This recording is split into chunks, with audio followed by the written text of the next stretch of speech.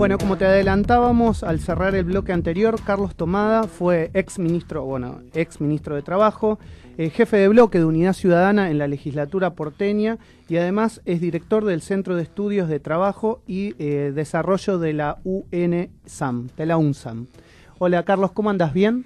¿Qué tal? Buenos días, ¿cómo están? Gracias por venir a Radio Sónica. No, ustedes por invitarme. ¿Cómo ves la Argentina de hoy, tan complicada en el mundo del trabajo, que es el rol que te ha tenido como ministro de Trabajo en los últimos años?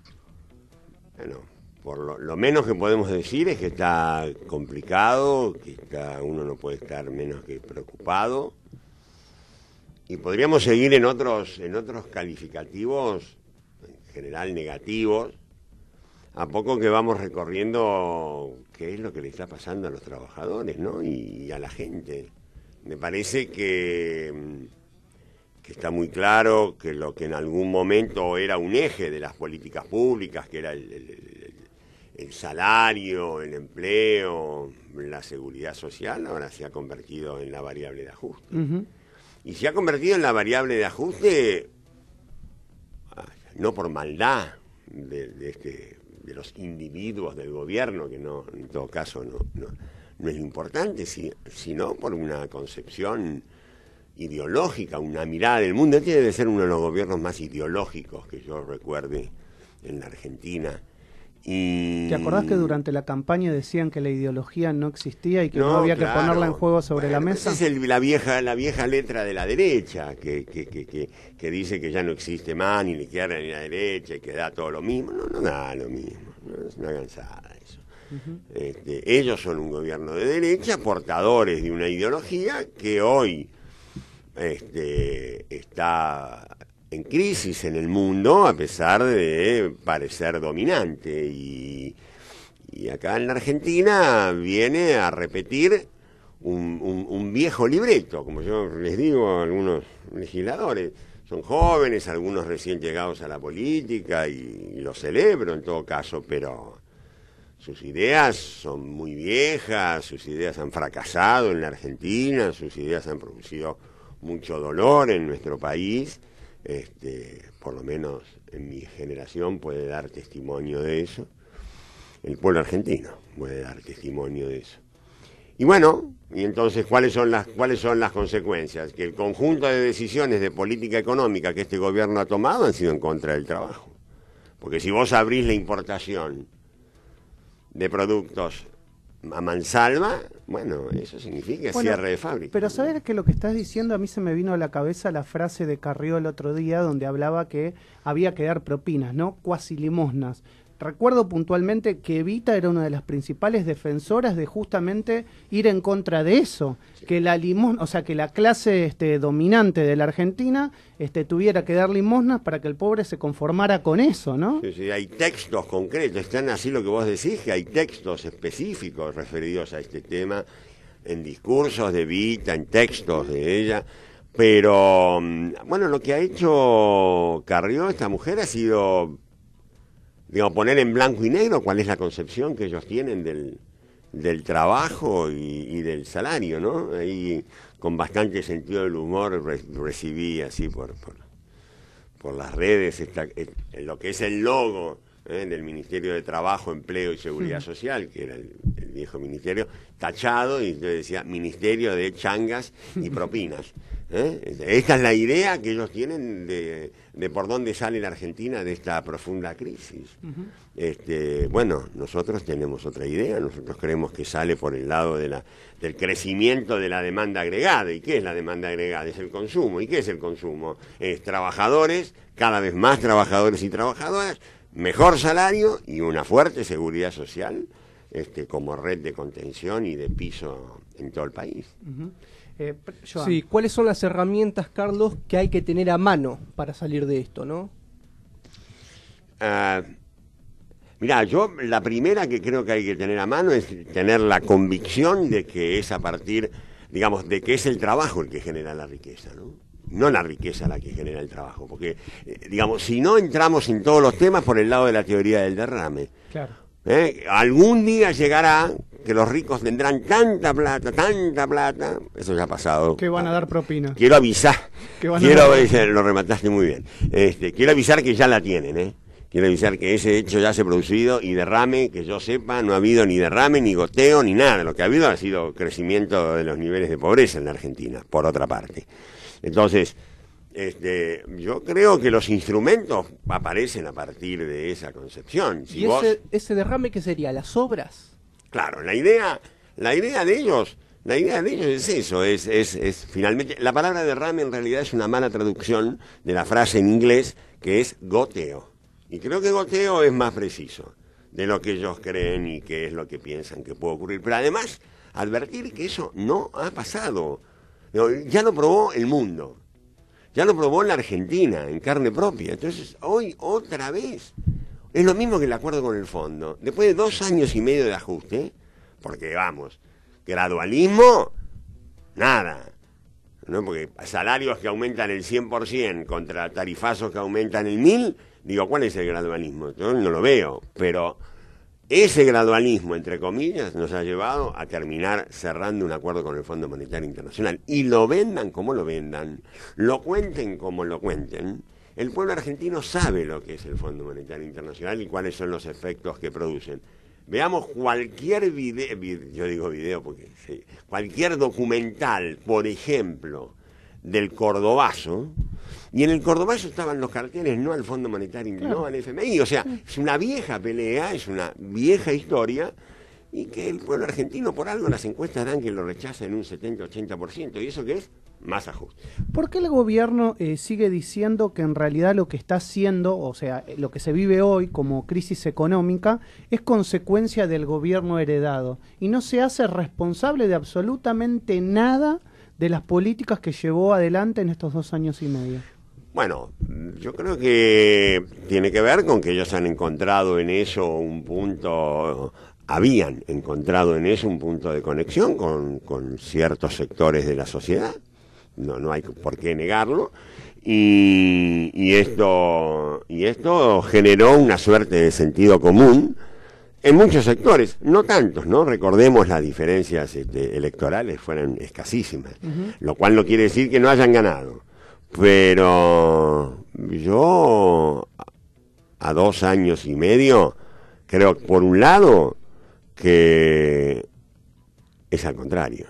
Yo creo que este gobierno todavía ha podido sostener niveles de gobernabilidad porque a pesar de las políticas que ha puesto en marcha, estaba una red de seguridad social, había un país desendeudado, había una práctica institucional en el mundo del trabajo, llámese negociación colectiva, que le ha permitido que el avance sobre los derechos, sobre las garantías, sobre los salarios y sobre el empleo no haya sido tan profundo. Eso, más cierta conciencia colectiva que generó cierta resistencia, cierta, pero valiosa, es lo que ha permitido que estemos, por lo menos, no se hayan cargado, imaginemos por un instante, por ejemplo, no hubiera habido negociación colectiva. Y está claro que se perdió capacidad adquisitiva del salario, pero sin negociación colectiva, con salarios puestos por decreto por el gobierno nacional, hubiera sido infinitamente peor. Entonces, yo digo, gracias a la herencia, es que este gobierno ha mantenido la gobernabilidad. Y segundo, muchachos, háganse cargo ustedes. La famosa frase de Marcos Peña, háganse cargo, y son ustedes los que vienen tomando decisiones políticas. ¿Quién dijo que era este el camino? Ustedes eligieron este camino. Siempre se dijo que otro camino era posible. Néstor Kirchner, digámoslo claramente, también le habían dicho que tenía que seguir el único camino posible. En la tapa de La Nación se lo pusieron, sí, que era el único camino posible. Que es muy sencillo y era la opción que yo recuerdo se debatía justamente en el debate presidencial. Era el modelo económico de la toma de deuda externa, endeudamiento externo, para que eso de alguna manera viniera a la producción, etcétera, etcétera, cosa que no pasó, el derrame nunca llegó. Y por el otro lado, Scioli decía todo lo contrario, hay que apostar al consumo interno y desde el consumo interno generar una base de crecimiento. Ese fue el debate. Absolutamente, y nadie dice que no hubiera dificultades en la economía, que no los hubiera en otros temas, todo eso está bien, pero que íbamos a ir por otro camino, sin lugar a duda, incluso para resolver los problemas, porque esto es la trampa en la que nos quieren volver a meter ahora. Hay un solo camino, el único camino era firmar con el Fondo Monetario Internacional. Qué bueno que firmamos con el Fondo Monetario Internacional, se animó a decir un alto funcionario, no me acuerdo quién era, Caputo, uno de ellos. Qué bueno que pudimos firmar con el Fondo Monetario. Bueno para él, que hizo una diferencia con el dólar que tiene afuera de millones de pesos. Pero hay hasta esa desvergüenza. Sos presidente de Bloque de Unidad Ciudadana en la legislatura porteña. Me gustaría preguntarte cómo ves la ciudad de Buenos Aires y cómo ves el gobierno de Larreta, que uno tendería a pensar a priori que es diferente a lo que pasa en la nación, como que en la ciudad está más blindado todo. Sí, hay algunas cositas, me parece, para señalar. Primero que Rodríguez Larreta arrancó en desventaja, porque Macri gobernó con un gobierno nacional que resolvía problemas de fondo. O sea, resolvía problemas de bienestar, problemas de salario, problemas de empleo.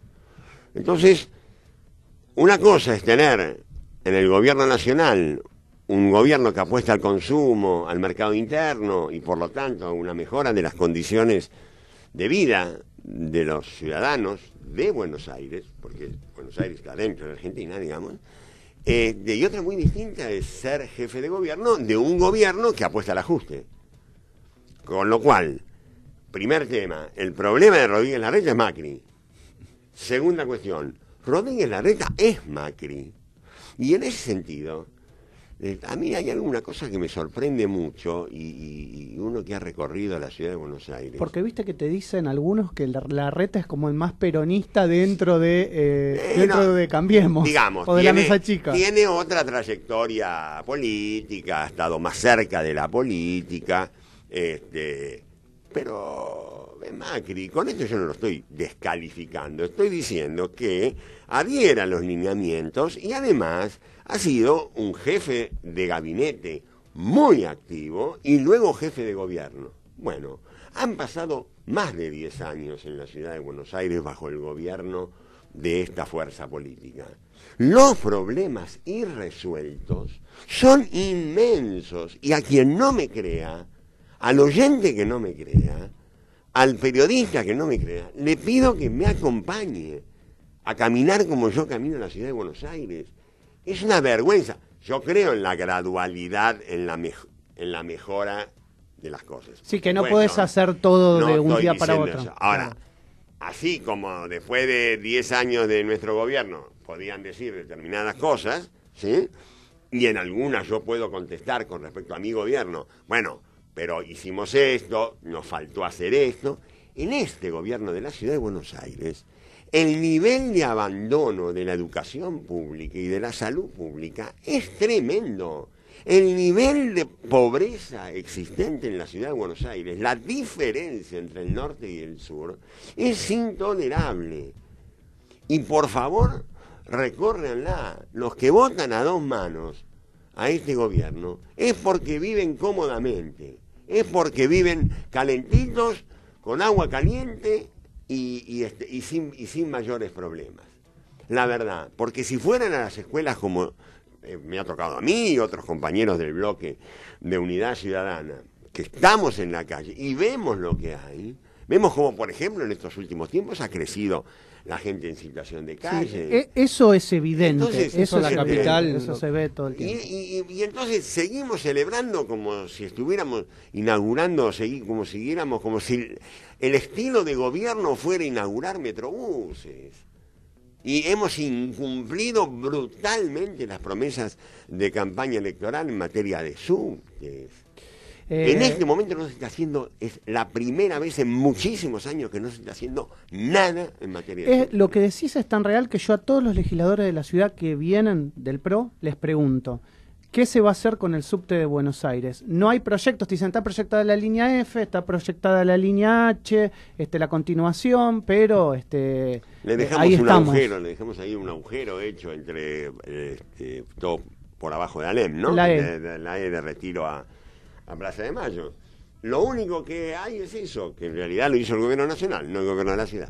Pero bueno, ¿vos te acordás que lo que se decía era que culpa del gobierno nacional de esa época no le daba, no conseguían financiamiento externo para poder justamente extender la línea de subte, ahora que son también gobierno nacional?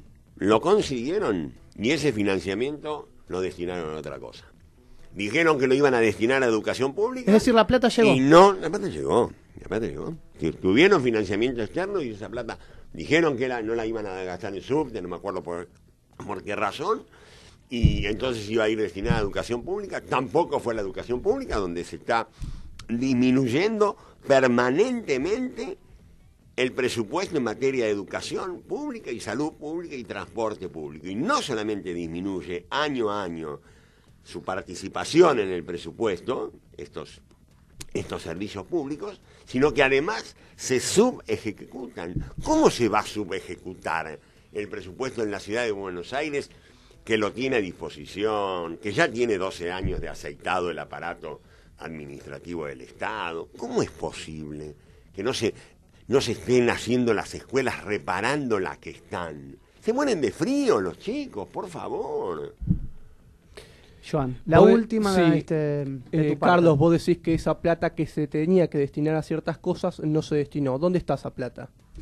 Dijeron que le iban a destinar a educación pública. No se destinó a educación pública. Nosotros hemos hecho, esto lo hemos denunciado cientos de veces. Lo que pasa es que también hay que decir, ¿no? Está bueno votar a Lilita, está bueno que los ciudadanos de Buenos Aires voten con el 50%. Ahora después vienen a la legislatura a reclamar ¿por qué no hacemos más cosas? Somos minoría. Somos minoría. La mayoría del PRO, para disfrute de ellos, es absoluta, y cuando no, consigue el apoyo colateral de otras fuerzas, que fue lo que pasó ayer. Ayer se votó en la sesión de la legislatura la venta, otra venta más de tierras públicas, del Dorrego, en colegiales. Y se votó con el apoyo de los radicales de Lustó. Nosotros venimos diciendo hace rato que al final de cuentas Lustó es una variante dentro del PRO. Lo ha sido. Lo ha demostrado. Ayer, si no hubiera sido por los votos de los radicales, ayer no se vendía el mercado Dorrego. No se vendía. Fue con esos votos, con esa protoalianza donde quieren constituir Cambiemos en la ciudad de Buenos Aires con Lustó y con Larreta, que sacaron la venta del Dorrego. Carlos, ¿qué pasa con los despidos en el Estado fundamentalmente? Muchísimos despidos en muchos sectores, en muchos ministerios. Tenemos también los despidos en Telam. ¿En qué rol tiene que ponerse el trabajador hoy para defender su puesto de trabajo? ¿Tiene que estar en la calle, movilizado? Ayer hubo una movilización muy importante apoyando a los trabajadores de Telam por parte de la sociedad que salió a acompañarlos. Sí, yo... No hay vez, y hoy no va a ser la excepción, que no quiero expresar claramente mi apoyo y mi solidaridad a los trabajadores de Telam, de Radio del Plata, porque además el sector comunicaciones es uno de los sectores que está sufriendo más claramente esta furia de despidos. Por un lado, los despidos en el sector público responden a la lógica del ajuste, no a la lógica de hagamos un Estado mejor o un Estado más racional. Va en la dirección de ajustar y de ajustar, del ajuste. Después, por otra parte, hay que decirlo, el despido público siempre tiene por objetivo también emitir una señal sobre el sector privado, para que el sector privado también disponga y sepa que hay un gobierno que banca el despido colectivo, no estoy hablando de esos despidos de 10 trabajadores o trabajadoras, ni hablar de 350, ¿no? Y bueno, hoy está la administración pública, todo el empleo público está en una incertidumbre y en una situación yo diría, de terror muy grande. Y no es la primera vez, ¿no? Porque muchos creen que el sector público es un lugar muy cómodo donde estar. La verdad que el sector público, salvo los 12 años nuestros, por la continuidad y porque además no era nuestro objetivo, no pasaba por ahí, nosotros nunca estigmatizamos el empleo público, muchas veces en la historia de la Argentina se afectaba el empleo público. Es un lugar de una alta inestabilidad, contrariamente a lo que muchos opinan.